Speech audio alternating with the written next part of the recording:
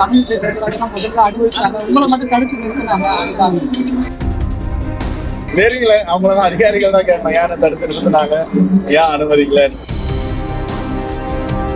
காஞ்சிபுரம் மாவட்டம் வல்லக்கோட்டை சுப்பிரமணிய சுவாமி கோவில் குடமுழுக்கு விழாவில் தடுத்து நிறுத்தப்பட்டதை தொடர்ந்து அறநிலையத்துறை அதிகாரிகள் மெத்தன போக்காக நடந்து கொண்டதாக தமிழ்நாடு காங்கிரஸ் கமிட்டி தலைவர் செல்வ பெருந்தகை குற்றம் சாட்டினார். கோயில் மூலவர் கோபுரத்தின் மீது புனித நீர் ஊற்றுவதற்கு முன்பு முன்னாள் ஆளுநர் தமிழிசை சவுந்தரராஜன் மேலே சென்ற நிலையில் செல்வ பெருந்தகைக்கு ஏற அனுமதி மறுக்கப்பட்டதால் பரபரப்பு ஏற்பட்டது. இது தொடர்பாக செய்தியாளர்களிடம் பேசிய அவர், முன்னாள் ஆளுநருக்கு மரியாதை கொடுக்க சட்டமன்ற உறுப்பினர் பின்னால் இருக்க வேண்டும் என அதிகாரிகள் நினைத்தார்களா என தெரியவில்லை என்றார்.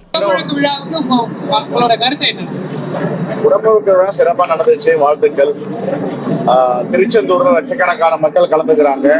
அங்க அதிகாரிகள் அமைச்சர் மேற்பார்வையில் பிரமாதம் வந்ததுக்கு நம்முடைய மாண்புமிகு அறநிலைத்துறை அமைச்சர் ரொம்ப சிறப்பா செயல்பட்டு அதிகாரிகள் இன்னைக்கு நிலையில ரொம்ப மெத்தன போக்கை கடைபிடிச்சிருக்காங்க. யாரை கட்டுப்படுத்திருக்கு எங்க பொறுத்து தெரியல.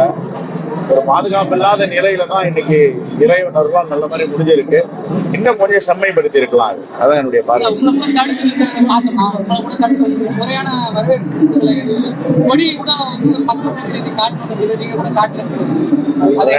2000 ஆண்டுகளா அந்த பிரச்சனை இருக்கு. இன்னைக்கு ஓவர் நைட்ல தீர்க்க முடியாது. அதில் அதிகாரியே செய்யணும்னு நினைக்கிறாங்க. நாங்க மக்களோட மக்களா நின்று பார்த்துட்டு வந்தோம்.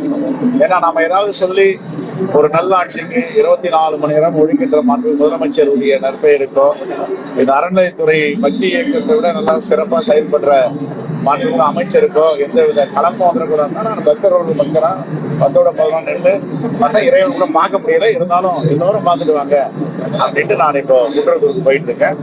அதிகாரிகள் இன்னும் கொஞ்சம் தங்களை அதிகாரிகள் நினைச்சுக்கணும். அதிகாரிகளா இருக்கணும். பிரச்சனை அதுதான்.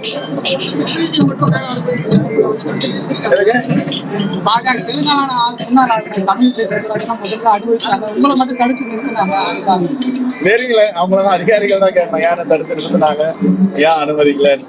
ஒருவேளை தெலுங்கானா முன்னாள் ஆளுநருக்கு மரியாதை கொடுக்கணும், சட்டமன்ற உறுப்பினர் பின்னாடி நிக்கிறதுலாம் நினைச்சாங்களா தெரியல. ரைட், எனிவே பக்தர்கள் மகிழ்ச்சியா இருந்தா மகிழ்ச்சி தான் எனக்கு. செய்திகளை உடனுக்குடனும் துல்லியமாகவும் தெரிந்து கொள்ள சப்ஸ்கிரைப் பண்ணுங்க.